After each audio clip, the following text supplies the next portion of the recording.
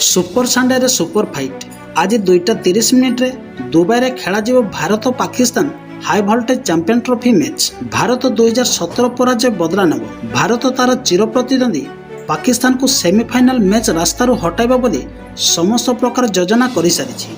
Champion trophy प्रथम match रे पाकिस्तान पराजय वरण करथिबा बेले भारत तार प्रथम मैच रे विजय लाभ करिछि। जदि भारत एही मैच विजय हुए तेबे भारत सेमीफाइनल खेलिबा निश्चित। सही परिप्रेक्षी रे पाकिस्तान मैच जीतिले परवर्ती मैच उपरे भारत पाकिस्तान रो सेमीफाइनल खेलिबा निर्भर करिबो।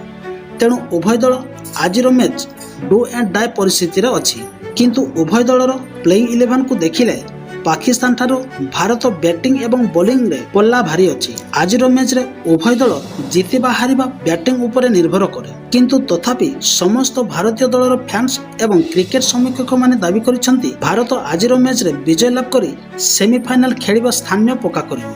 तेणु समस्तंकर अपेक्षा मैच रो अंतिम ओवर पर्यंत किए हारिबो किए जितिबो। एही परि क्रिकेट रो समस्त अपडेट पाइबा पई चैनल टी को सब्सक्राइब करि रखंतु एवं वीडियो गुडी को शेयर करबा को भूलंतु नाही।